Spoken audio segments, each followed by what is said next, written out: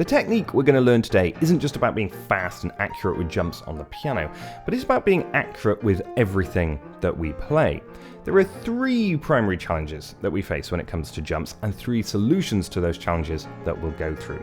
We'll then cover the primary technique that I think I've used for about 20 years in every single practice session that helps with jumps on the piano. One of the tricky parts to playing the piano is the fact that we're always moving around. Our position isn't set in one place. We're always moving and we're always jumping. So it seems like a sensible thing to want to improve. There are, however, 3 challenges that I see get in the way of this, and the first one is best explained with an example. So I'm going to play this short section of a waltz twice, the first time with the mistake in and the second without, and I want you to see if you can spot what the difference is.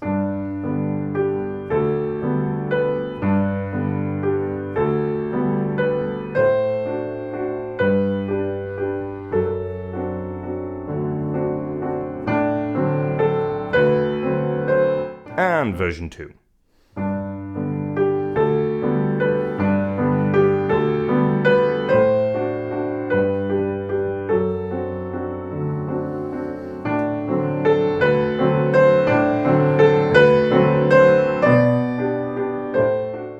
So if you're thinking that the difference was the speed, then you would be right, but that's only as a symptom of the mistake that I was making. So the real difference is that I didn't want to move my left hand before I had finished playing the melody notes in my right hand. This is natural because we only want to do one thing at once. We move our left hand, and then we move our right hand, and then we move our left hand, and so on. The problem with this is that you're never prepared for what's actually coming up. So you end up with a version that's slower, more hesitant, and slightly stammered. So the solution to this is primarily in 2 parts, and it's mainly a hand independence issue.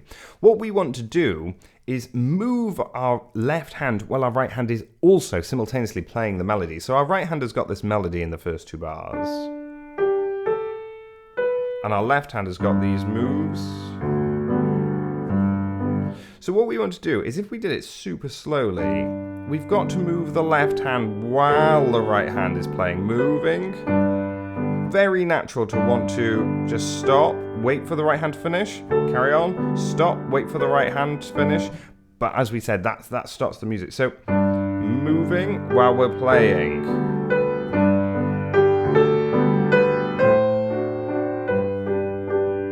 There can be some sort of unwillingness from our brain to let us do this. We really do like to do only one thing at once. As soon as you tell it to do 2 things at once, move while also playing, you get some resistance there.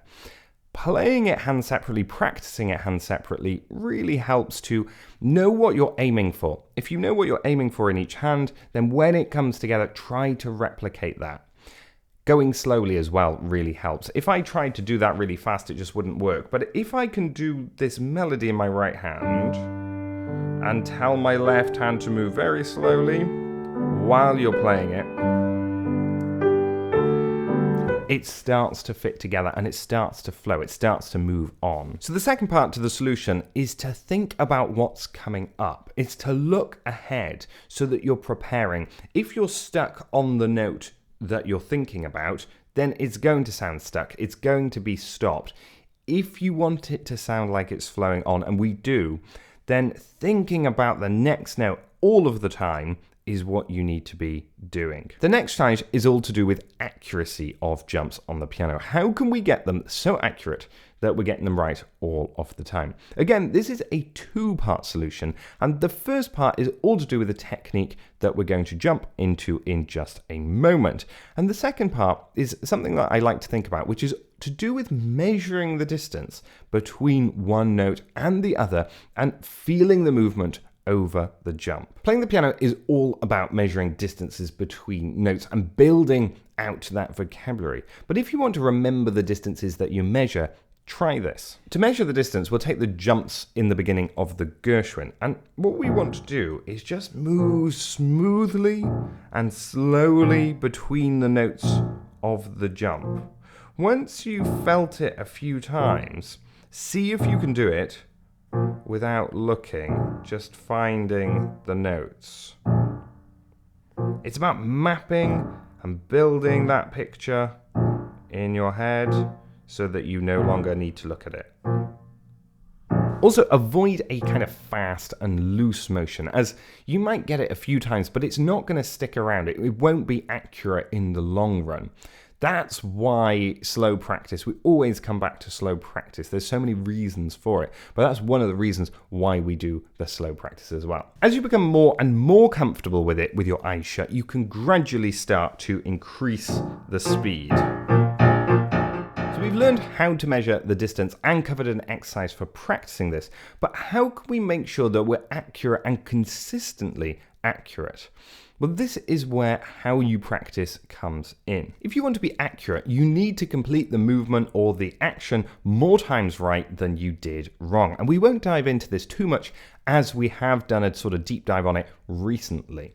But essentially, you want to complete the movement more times right than you have done wrong. Essentially, just think about completing the movement a certain number of times right in a row. So I like to do about 6 times, but you might want to start with about 4 times correct in a row. Now, if you get it wrong on the 4th attempt, you actually have to go back to number 1 and then repeat the process up to 4. But what you want to avoid here is mindless repetition. It's easy just to get into the swing of just not really thinking about it. But if you make a mistake, ask yourself what went wrong. Why did it go wrong? That way you're much more likely to get it right the next time. Before we jump into today's technique, if you want more tutorials on things like jumps, more techniques, memorization, and music generally, hit the subscribe button below and the notification bell so that you can be updated with all of the latest tutorials. So the technique that we're going to use today sort of ties in all of the essential exercises, challenges, and solutions that we've talked about into one neat technique, but with a slight twist. So we'll take the jumps in the beginning of the Gershwin again, and this technique is all about actually being over the notes that you're jumping to before you play them. It's almost like a cheat. That is the twist. You don't actually have to jump straight to them. You're going to jump to being over them before you play them. That's going to help you massively with accuracy, because think about it, you're going to be over the notes before you play them, and that's what we're going to call this technique, over before you play. So to give you an example, we're going to jump and spring off the notes, pretty quickly moving to where we need to be, but instead of playing immediately, we're just going to pause over the notes for a couple of seconds and then play them. So it's this movement of springing off, and then being accurately over the notes that you're going to play. Measuring the distance is what you did earlier. It looks like when you're doing it fast that you're actually jumping straight to the notes, and sometimes you do need to do that. But if you practice the over before you play, then you'll be able to see that I'm actually over the notes well before I need to play them.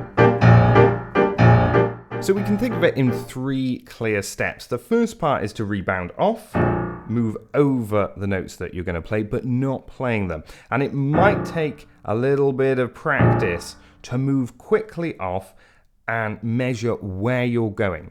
Also, bear in mind that you don't want to go too high. Moving your hand high up in the air is kind of wasted movement. We don't need to go that way. We just need to go horizontally that way. So the arc that we were talking about earlier actually needs to be a very shallow arc. It doesn't want to be like a massive rainbow. The next step is to do it without putting the delay or the pause in there too much. You're still going to be over the notes marginally before you play them, but not purposefully leaving a couple of seconds. And bear in mind that you want to be looking at where you're going, not what you're playing right now.